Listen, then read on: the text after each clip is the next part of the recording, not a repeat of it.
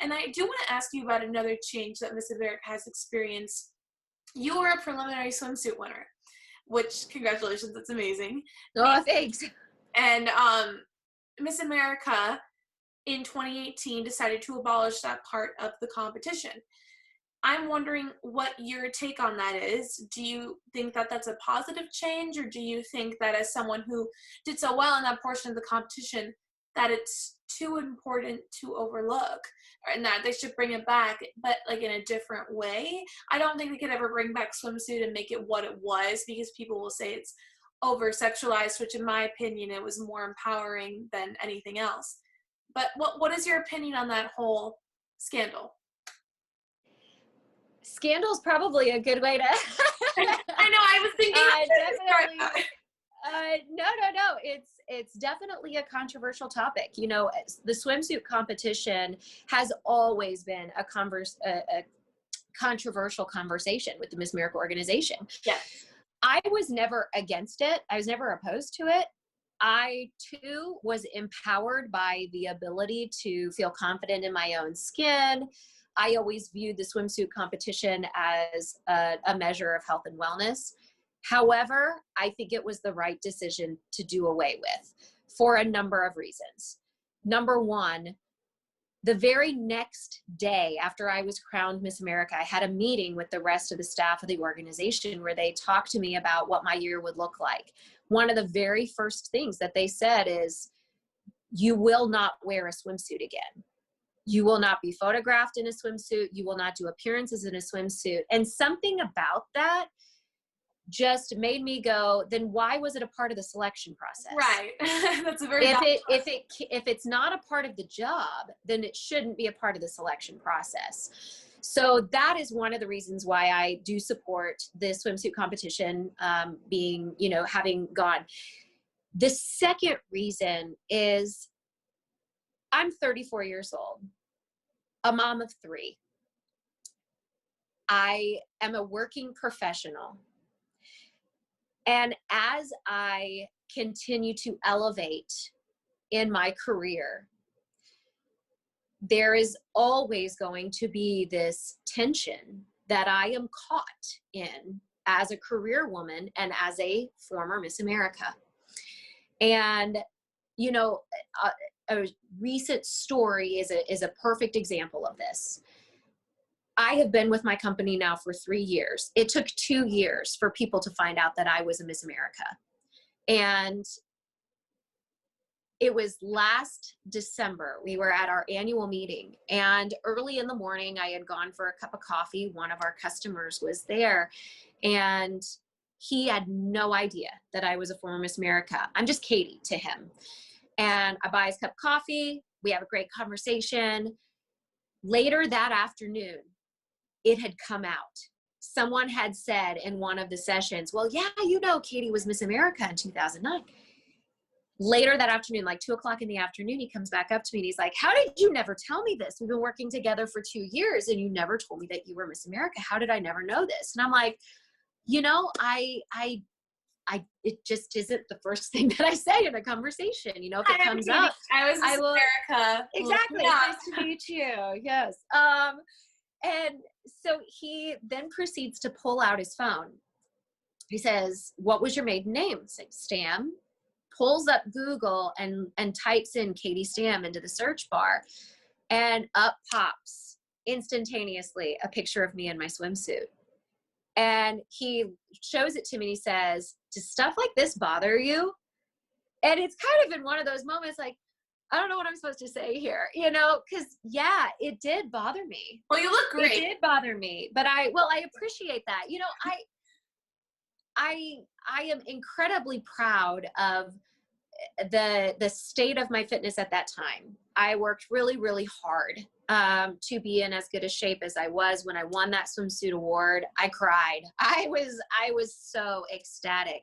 But for it to be a part of the competition, it doesn't necessarily align with the actual job. And in order to ensure that Miss America is here for generations to come, we need to make sure that everything aligns with the job, because the job is what needs to stay. And also for the future of the young women who are competing for Miss America, as they enter their professional careers, they need to be able to move beyond what some would have positioned as a swimsuit competition. And they need to be able to be set up for success in their careers, to not have to constantly be asked questions of, you competed in a swimsuit. Here's the picture of you on my phone of you competing in a swimsuit. And what does Right. that mean for you as a professional? It now changes my perspective of you as a professional. And so I really think it was the right decision. Even though I was never against it, it doesn't make sense to have the competition anymore. I have been quoted on the record as saying that I've loved the Miss America organization through every phase. I enjoy the swimsuit competition simply because I thought it was a good display of, physical fitness and, diversity, but Yeah. in women's bodies. But at the same time, you can still tell if someone prioritizes nutrition and physical and mental health, without a swimsuit on, number one. And number two, like you said, many women, I would say most women that leave the Miss America organization, I can't speak for every single person that's ever competed, but Miss America is known to release these, amazing, creative, intelligent women out into the workforce. That's what we do. It's a scholarship competition. They fuel women's professional careers. And so, like you said, day one of Miss America, the day after you win, they're like, oh, you're not going to do that again. And every beauty pageant, although we're not labeled as that anymore, is important. I have no judgment. I think they're all for a wonderful purpose as long as it makes a woman confident. But the reality is that Miss America holds itself to a different standard. We're not putting girls in scantily clad clothing. We're taking girls to the White House. They become doctors, lawyers, mothers. They're conservative women. They're business women, and it's different. It's not like you would ever, like you said, parade around in a swimsuit in any situation. So why is it part of the competition in the first place? I think your answer is the answer I agree with most by far. I am happy to see that you enjoyed the process and that it wasn't like demeaning or degrading to you, Mhm. but you also are able to say, even as a winner of the portion yourself, I can see why it's gone, and I think it's with the times, and I'm happy that it's gone. Yeah, I think it was the right decision. I wasn't bothered by it being a part of our competition. I thoroughly enjoyed it. I found a lot of confidence through it, but I do think it was the right decision for where we are and to ensure the future of the program. And I will say also on a side note that I think that there are other ways, and I've brought this up as a suggestion, and I still think that there's a way to incorporate this, that if really we're trying to focus on the health and well-being and the strength of the Miss America contestants, then there are other ways to do that. And one of the things that I had presented was, not every girl feels confident wearing a swimsuit, Right. but women feel confident doing what makes them feel strong. And maybe to some that is it being in a swimsuit. Maybe that is how they feel most confident. Maybe it is being a track star. Maybe it's playing volleyball or basketball. Right. Maybe it's being a swimmer. Maybe, I mean, there's so many different ways. Maybe it's horseback riding. How do women showcase their health and wellness and show that they are strong? So what I'd love for us to see is not necessarily a competition associated with it, because I don't think that it's something that you have to measure. I think it's something that we as Miss Americas and as contestants should be promoting a healthy lifestyle, an active and healthy Absolutely. lifestyle. So I would like for us to continue along with, at the time, several years ago when we started making all of these transitions, there was a hashtag Miss America Strong. And it was to bridge the gap of, we will survive this. That was kind of why Miss America Strong hashtag was created. But I wanted to brand this new health and fitness category, if you will, as Miss America Strong, and say that we take the contestants, or the candidates rather, that are competing now, and we showcase them. We send camera crews to their hometowns, or they take their cell phone and record short videos of doing what they feel strong doing. And then we do a compilation, and that is what is shown during Miss America. So maybe you have some girls who feel strong and feel confident showing their fitness by wearing a bathing suit. And maybe they're playing water volleyball. Maybe they're in the pool, you know, playing volleyball. That way they're still in their swimsuit. They can still showcase their health and wellness that way, but it's not a competition. And then you also create opportunities for women who do yoga and women who play basketball. And it just creates, it's not about who looks best in a swimsuit, even though I don't think that that's what you can boil down to the swimsuit competition too. But what makes you feel strong? What makes you healthy? What makes you physically fit? Because it's about whole body health and not just what size you are and what your muscle tone looks like. You phrased it so perfectly. Like, I don't want to copy everything you said. Like, oh, I said the same exact thing, Katie.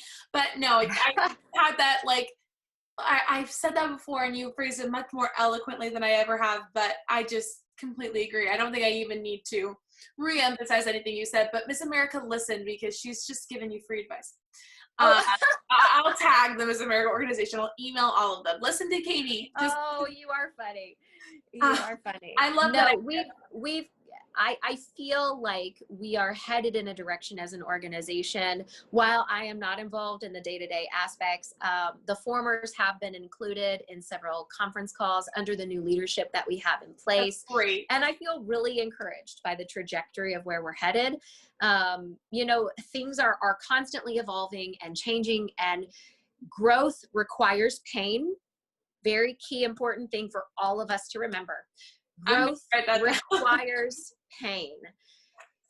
And so it might feel like we have gone through a lot of painful processes over the last couple of years, but it's because we are growing. So keep the faith. Keep the faith, because I really do think that we will get to a place that is beautiful, but that growth requires pain. It's not just a part of the process, it requires it. And we have to remember that. That is so overwhelmingly positive, because Miss America, like you have hinted at, is going through a very transitional phase. Many people, you know, I can understand that they love the organization and they're scared, but they choose to be quite pessimistic about it. Like, why are they changing this? Or why are they moving here? Or why are they, you know, now on NBC or whatever? And it's like, but like you said, growing, changing, and evolving organization that is trying to conform to what 2020 expects of it, there's going to be growing pains there, and we have to support Miss America through that. And another thing that you said before I move on, that I love that the formers are a part of it. I think you guys add so much, and you guys are not even formers, so you're forever Miss Americas. That's what they call you, and so that makes me very happy. And as someone who loves the organization, it just really makes me excited for our future, and I'm very happy that the current leadership is including you guys. And so now I want to move on to your win. I want to know what you felt like when you were crowned Miss America 2009. What was that moment like for you? The shock on your face is priceless. Like I said, Mario Lopez was there too. He was very happy for you, but he did try to get your attention for quite a while. He was like, "Can I talk to you?" And you were like screaming, and it was just iconic. I love it. Oh, by the way, Mario Lopez has not aged at all since you won, and neither of you. You both look amazing. Well. Guys, drop your skincare routine. Let's get Mario Lopez on our next Zoom call, and him and Katie can exchange skincare routine. There we go. If anyone can make it happen, you can make it happen. I am sure. I probably will email him enough times where he'll like, "Fine, I'll come on." Jeez. Yeah. Oh, too funny. Thank you for saying that I haven't aged. You know, the crazy thing about aging, I totally have, but thank you for saying that anyways. The thing about aging is that I don't feel any different. I feel wiser. I feel bolder than I was when I was 22, but I don't feel any different physically from when I was 22. And you really don't look having just been crowned Miss America. So, yeah, thank you for saying that. That makes me feel really good. You know, kids will make you feel. And you have 3 little kids, and you still flawless skin. I'm like, dang, she's bright lighting, like very and her skincare. Like, you're giving Mario a run for his money, although he's still really great. Oh, you are too funny. What did I feel like when I was crowned? Honestly, I don't know that there are the proper terms in the English language. The words don't encapsulate it. I have never been able to adequately articulate the way that I felt when they called my name.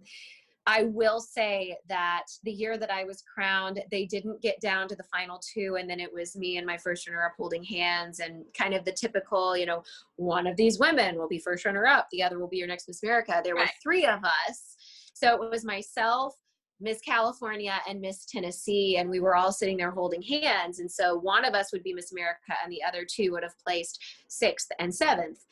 And I remember, so Jackie, my Miss California, I was holding her hand, and I just remember thinking, because she and I were really close, thought Jackie is going to make a great Miss America. I remember saying that. And then they called my name, and I was like, I'm sorry, no, you were supposed to say either Tennessee or California. Like, this wasn't supposed to be Indiana that you were supposed to say. So it really caught me off guard, totally off guard. And I still, to this day, have to remind myself, no, it happened. They called my name, because there's so many times that it just doesn't feel real. I will say that I have never had a moment like that. I mean, that's my dream, but I have stressed, like, because when I dream, I'm like, oh, when I win Miss America, not being cocky, but every girl dreams of it. Don't judge me. Of course. What if they call, like, let's say I'm Miss Florida, and they say, and the first runner was Miss Florida, but then I mistake that as like Miss America, and I'm like, oh my God, it's me, and then it's not me. Like, that's a nightmare. Like, I would feel terrible. And the girl who actually went saying next to me, like, why are you holding the crown? Give it over. Like, I feel like I would do that because I would be so nervous. It's just, I feel like that is more human pressure than anyone should have to go through standing there. I bet your stomach feels all in knots. I think it's terrible, really. And, like, of course, it's suspense, and it's awful. Yes, it's so intense. Very, very intense in every way, shape, and form possible. But I will say, number 1, you are going to have that moment. I will just tell you right now. You are an incredibly impressive young woman, and I fully believe that I will see your name up there in the very near future. So I will say that. Secondly, when you have that moment, own it. Own your reaction, no matter what. And you know what? If you make mistakes, own those too. Because the devil is real, and he will feed you lies every day.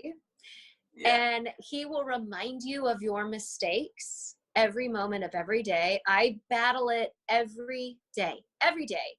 Remember when you did this? That was so stupid. That's what he tells me every day. So you know what? I say, get out of here. I'm not going to listen to you anymore. And I own it. I own the times that I put my foot in my mouth. And I own the times that I made that mistake and I should have done it differently here. And I own the times that I made a fool of myself. And I will keep doing that. But you know what? Those don't define me. They don't define me. So you know what, girl, when you get that opportunity, you own it. And no matter what the outcome is, and no matter what your reaction is, and if it was the right one or the wrong one, you own it. Because just be authentically you. And if you are being authentically you, no matter what happens, just let it be. Let it be. And let it help you be better next time. But don't ever say, I should accept that as, that's who I am my mistakes, or I am less than because of that. Never. Fight that with every fiber of your being. I can't believe you said that first part to me. I'm still getting over that. I was listening, but I can't believe Katie Stam Irk just told me that she thinks I could win. I will put money on it. Oh, okay? it makes me so happy. And you need to make like a million TED Talks, because I would watch them all. You were motivating. You were like, own it, slay. And I'm like, yeah, I am gonna slay. I'm not going to remember that time I fell during the 8th grade play and my crush was in the audience, and I think about that every couple of weeks. I'm not going to think about that. that is so motivating. I can tell why you are an author, and I'm going to go to your book because you have all these amazing quotes. You are incredibly wise, and just like the way you speak, I can just already tell you're an amazing writer. So guys, go order her book. Um, in 2018, you released your first book, Merely Moving Shadows, which is a 10-week devotional guide based on Psalm 39:4-7. And it reads as, Lord, remind me of how brief my times on earth will be. Remind me that my days are numbered, how fleeting my life is. You have made my life no longer than the width of my hand. My entire lifetime is just a moment to you, at best, each of us, but a breath. We are merely moving shadows, and all of our busy rushing ends in nothing. We heap up wealth, not knowing who will spend it. And so, Lord, where do I put my hope? My only hope is in you. And each week, a chapter in your book tackles a concept that you will encounter along your life's journey and how God calls us to respond to each of these. The 10 topics covered in Merely Moving Shadows are timing, beauty, discontentment, conviction, forgiveness, strength, purpose, fear, relationships, and success. This sounds like an incredible book. I can see you are deeply rooted in your faith. You mention it throughout you've mentioned it throughout the show, and I just absolutely love it. I'm a very religious person myself, and I can see that you place so much emphasis on your faith. And so I want to know what writing a book was like for you in the first place, what inspired you to write it, and what do you hope readers will walk away with upon finishing it?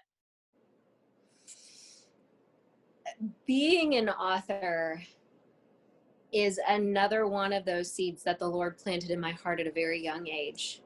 And I actively pursued becoming a published author for 9 years, a long time, and was constantly met with no's, not yet, maybe, that would eventually turn into a no. And it was an incredibly defeating process, 9 years.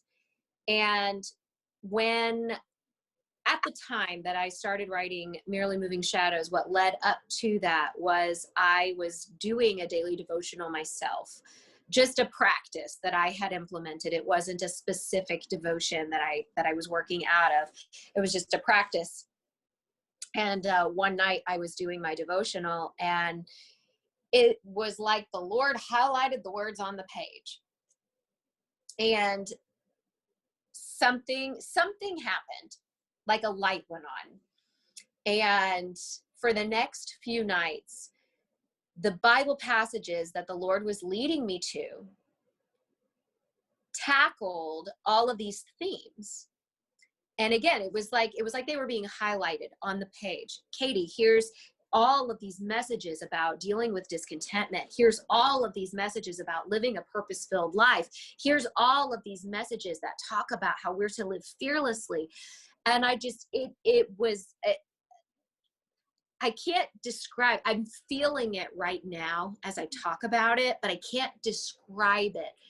The way that the Lord spoke to me at that time. And he was basically saying, I put this desire on your heart for a reason. Right. And for a season. And for 9 years, I actively pursued being a published author with works that I had written that would bring glory to me. And as the Lord was speaking to me through my daily devotional activities, he was saying, this is for you as long as it glorifies me.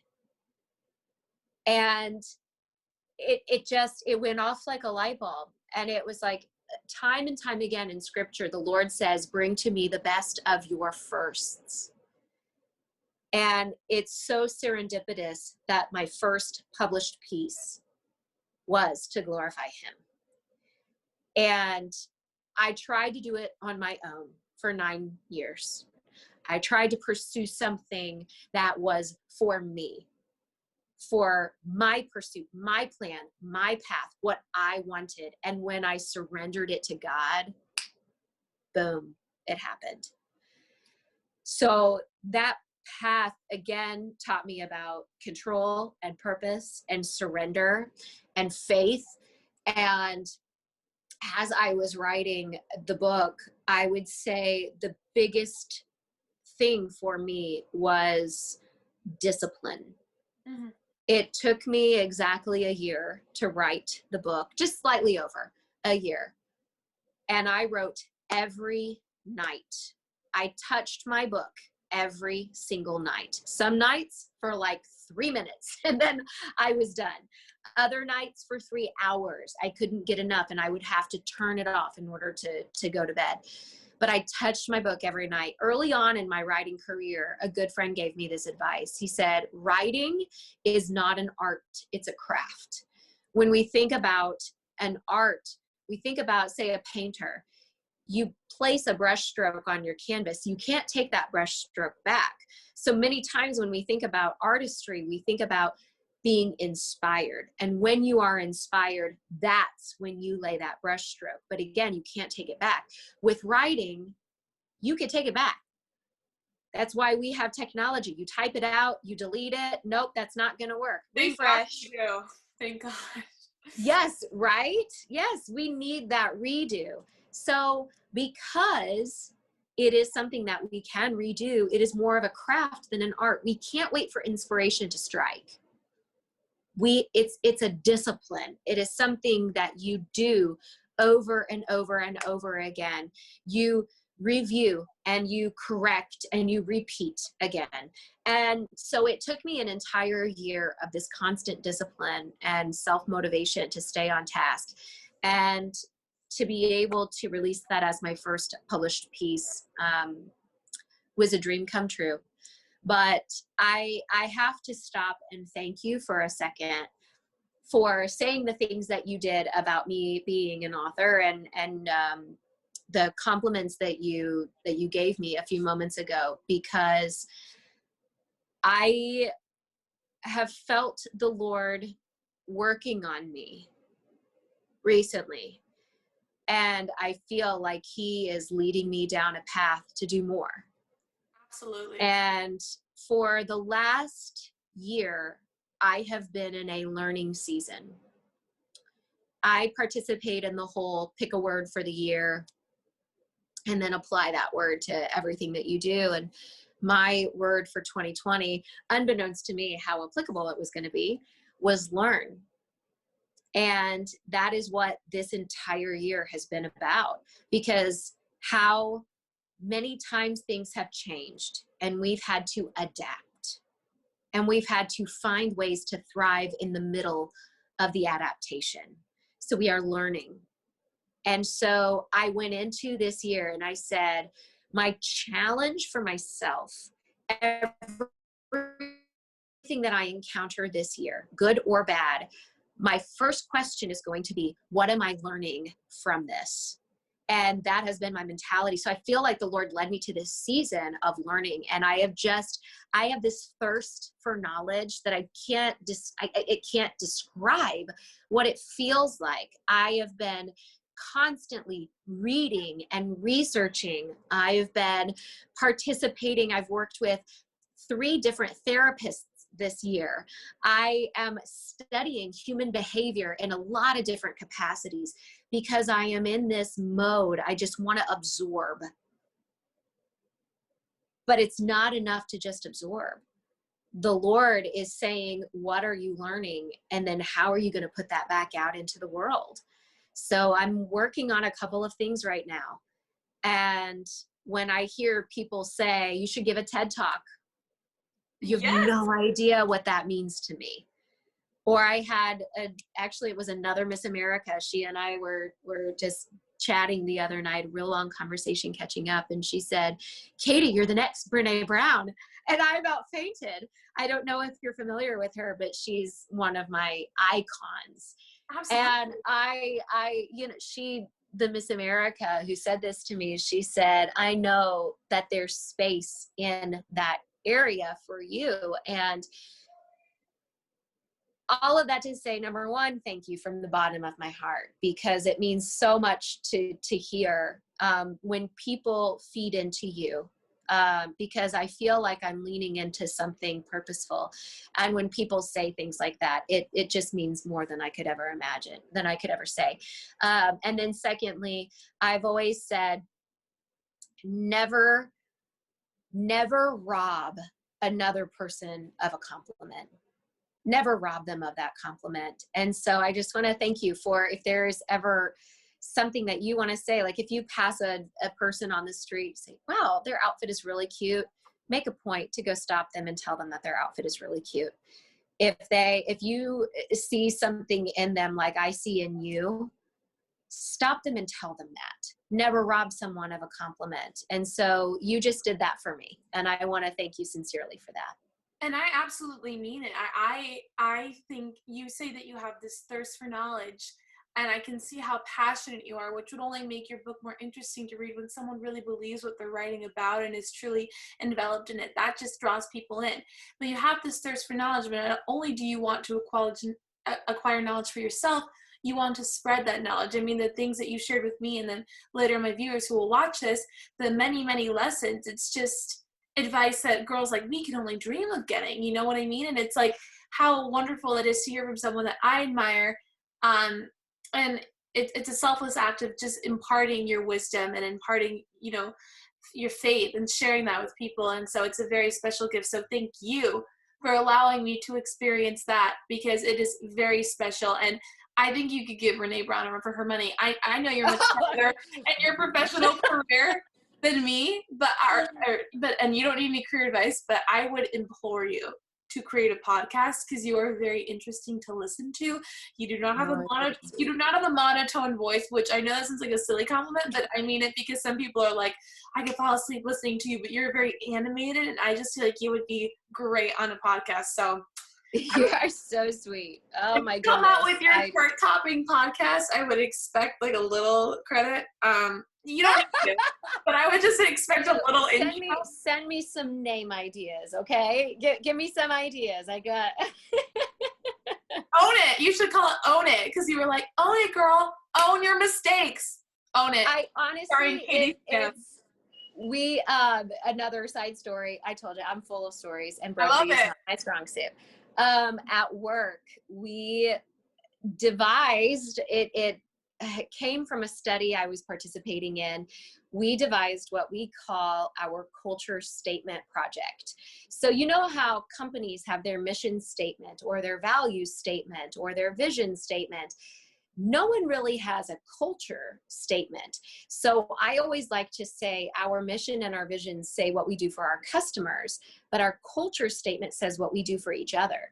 And so I felt like we needed to incorporate that in our workspace. And so I worked on the project for a little over a year, putting together these learning modules and activities and sessions. It was a huge project, and we launched it a couple of months ago.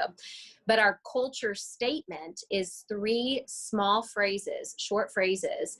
And the first one is own it. The second one is champion the team. And the third one is be great.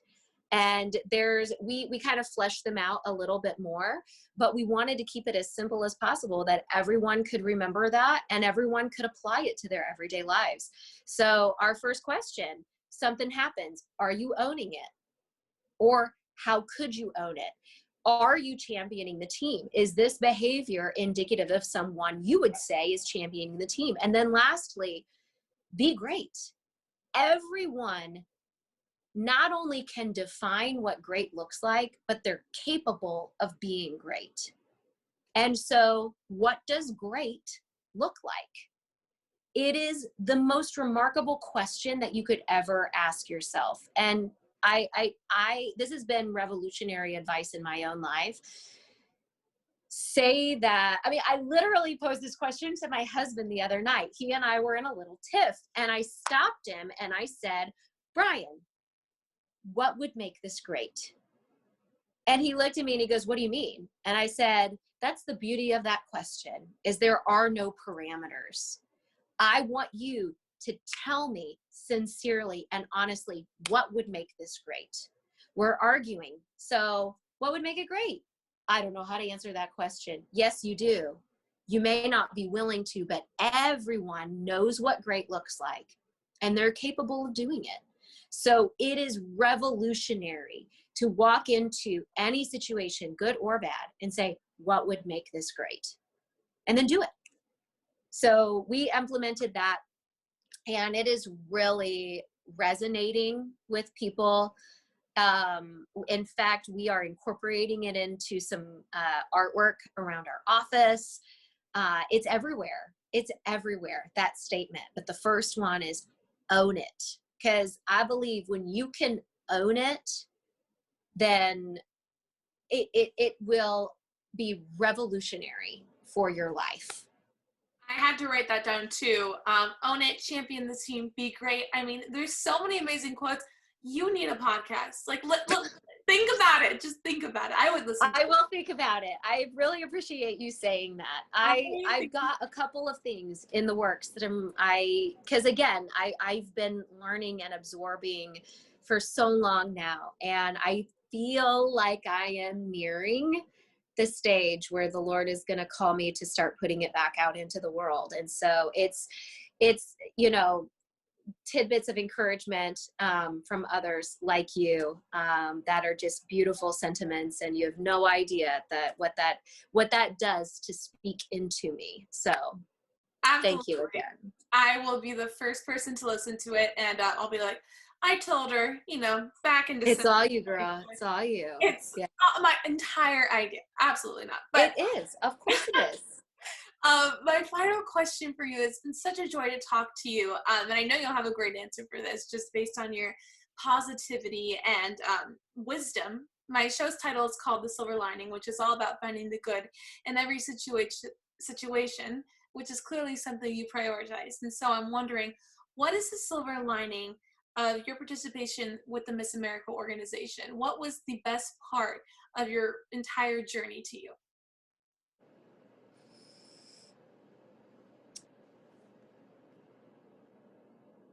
I have always said people have misdefined what the job of Miss America is since its inception. People think it's appearances and public speaking and advocacy. While all of that is true, the absolute basic definition of the job of Miss America is human connection. It's connecting with others in a way that emphasizes their value. And that was my biggest takeaway from my experience competing in Miss America and as Miss America. If all we have done at the end of our lives is let other people know how valuable they are and worthy and special, then we'll have accomplished our greatest calling in life. And as Miss America, when you have that sash across your chest and that sparkly hat on your head, and you walk into a room and that it gets attention. It gets attention. Let's not deny it. Use that attention to invest in others. Make that connection. Let people know that they are valuable and worthy and special. And that is the silver lining, because I don't think there's any other job better suited in order to do that. Because when you walk into a room as Miss America, everyone thinks that you're the special one. And then 2 seconds later, you take your crown off and you place it in the hands of an 8-year-old girl. And you see her eyes light up as she looks back to you and she says, wait, you're just a girl. Yeah, I am. And look at what I've been able to do, and you're capable of that too. That is the job of Miss America.